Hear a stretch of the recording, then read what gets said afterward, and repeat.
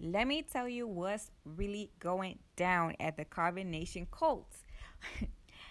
We recently saw Eliana mumbling, talking to herself. They were all in the water, and Elihiho was kissing up all the women, getting real nasty and freaky with all the women on the camera. And Eliana was just there rambling on about, oh yeah, it's natural for men to be polygamous, to be with multiple women. She rambling and rambling, and no one care. No one's really interested in what she has to say. Eligio's over there performing for the camera. He a porn star, so he performing for the camera, and he enjoying himself with all the women. Eliana just keep on rambling on, trying to convince herself that this shit is natural, that this shit is normal. She's the only one talking like this. What she is doing, family, you need to understand. Okay, we really understand what's happening in that moment. She's trying to calm herself down because she's being triggered. She is trying to convince herself that she's okay with her husband sleeping with multiple different women. It hurts me to even say these words because everybody knows that Eliana, it hurts her, and she's trying to convince herself, trying to logically find some type of reason where she can live with it, but deep down inside she's not able to. Spiritually she can't do it. Logically, yes, she can do it. That's why she's rambling, because she's trying to tell her spirit, her soul, she's trying to convince that. Trying to convince her soul, it's okay. This is normal. This is natural. We okay with it. And the soul's like, hell nah. We got to go. We got to take the baby and run. It's like the little engine who could that's telling itself, I think I can. I think I can. I think I can. I think I can. Or Dorothy, just keep swimming. Just keep swimming. That's what Eliana is doing with her rambling. I need y'all to understand, okay, that this time when Eliana came back to Carbonation, she came back on a different contract with Eligiho. In this new contract, Eliana has to do polygamy. That's why you see that now Eligio is out in the open enjoying himself and not even giving no concerns for his wife. He don't care. He's just doing it full out. Before, he was trying to ease polygamy in, with just Malia. Remember that? It was just Malia and what's her name? Eliana, and they dressed up as twins, and they were like, oh, she's my reflection, this, that. And it's they show the fake pictures with the smiles, the two of them and all that, bonding as sister wives, and they'll play, with little baby, the baby, whatever her name is, and act like they're both the mother and all this crazy stuff. Before, Eligio was trying to be a little bit more, slowly pushing in the polygamy, trying to help Eliana ease the way into there. It's when the water is hot, you just put your toe in and you kind of work your way into that hot water. That's what he was doing before. But now there's a new contract, family. There's a new contract, and he just pushed her right into the water. That's why you see them right into the water. And Eliana mumbling, doing her affirmations, and everybody else getting sexy and freaky deaky and doing some nasty stuff in that water. Yeah, she doesn't get it easy now. She just got to rip the Band-Aid off. That's the new contract. If Eliana breaks that contract, she might just have to leave Carbonation. And if that happens, she's going to be stuck. Let me tell you, because she married this guy. What that means is she can't just take the baby and go. She actually can get in big trouble. That's called kidnapping. Okay, if the father does not consent, that can be called kidnapping. So she can't just take the baby and go. She's really, really stuck.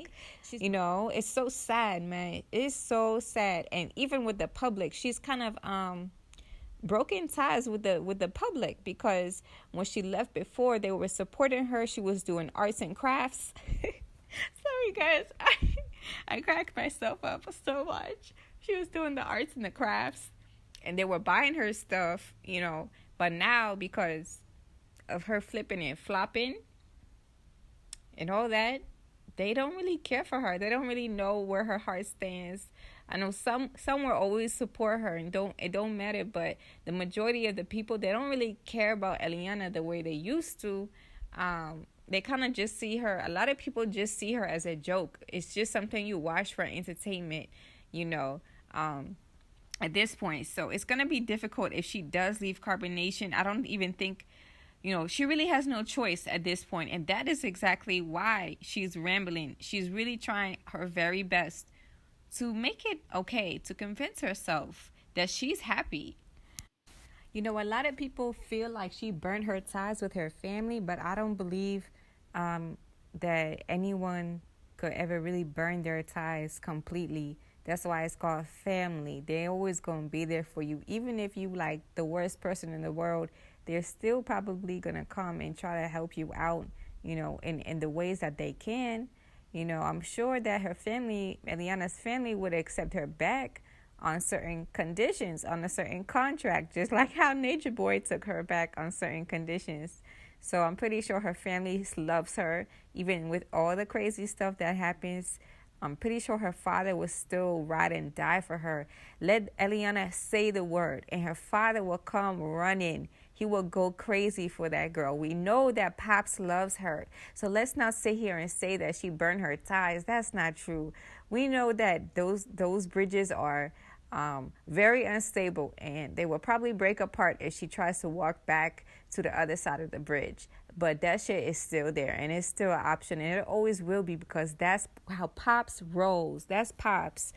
When it comes down to it, she's never going to be okay with polygamy.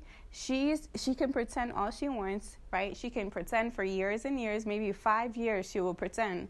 But eventually she's going to wake up and go crazy, and who knows what she's going to do. What we saw her doing in that fight, she went crazy, animalistic. That's why you see the biting. She literally, people say she was a demon, but she really just tapped into her animalistic side, which we all have inside of us. She was ready to kill. She would have killed. Had the opportunity come, she would have killed, what's her name? Damn, I don't even know her name. Anyways, she would have killed the other girl, because she was tapping into that animalistic urge that we all have within us, and she was gone. The Eliana was gone. It was somebody else at that time and place. That's why you see her biting. That's why you see her hitting her sister wife with the stick or whatever that was, because she was tapped into the whole different consciousness, a whole different frequency at that time and place, and she meant it. She meant it. This is all she meant. 100%. She meant to do it, and Eliana loves to beat around the bush. She loves to talk and justify why she does what she does. It's all bullshit. This girl did what she wanted to do. There was no justification for how she was acting at all. She did it because that's how she felt. That's the animal within her coming out. And guess what? That's going to come out even more. This is just a little taste, a little itty bitty sample that you get at the grocery store, like when they're giving out samples, that's the taste. Okay, the real Eliana is going to come out because she's going to suppress all of her feelings, all of her emotions, just to maintain that contract that she has with Nature Boy. She'll keep suppressing it, and you know what's going to happen? It's going to explode. Even worse, way worse than this fight. This fight is just the beginning, the tip of the iceberg. Okay? A lot of people think it's a climax. No, this is the tip of the iceberg. We about to see some crazy shit. It's just going to take some time, because Eliana, she gets triggered and all that. But one day it's not going to be some crazy triggering. It's going to be some real damage. Someone's actually going to get hurt. Like, more than the abuse that they go through. More than that. Someone's actually going to get hurt to the point where it's going to be, maybe someone's going to die. I know that sounds extreme, but think about it. Think about how crazy a woman can get. Especially a woman who has a baby, right? A woman who gave up so many years of her life, right? She can snap. She can just go crazy and snap and do anything to anybody.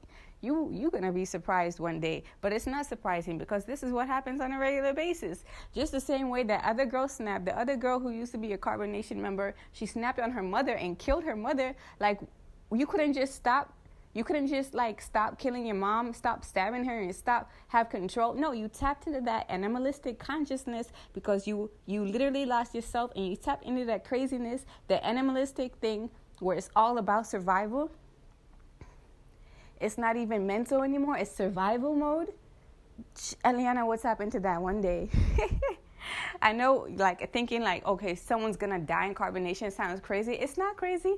Look at that ex-carbonation member who killed the mother. It's not crazy at all. People can snap, especially when they're being manipulated, especially when they're being abused, especially when they've been oppressed for so long, for years. It's gonna happen. It's going to happen. We just wait in and we get our popcorn and we sit in there and enjoy the entertainment. That's what it is. But at the end of the day, this shit's sad. This shit's sad because a lot of black women go through this shit.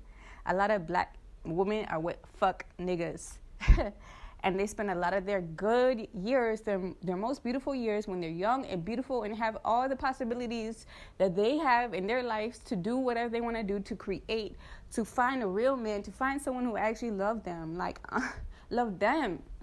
Not multiple women, but actually love them and want to spend eternity with them. All of those opportunities are gone. It's called opportunity cost. That's a business term. Look into that. When you invested in something, there's always a cost, because that time, that energy that you're putting into that means you're foregoing, putting your time and energy into something else. And she's really losing out.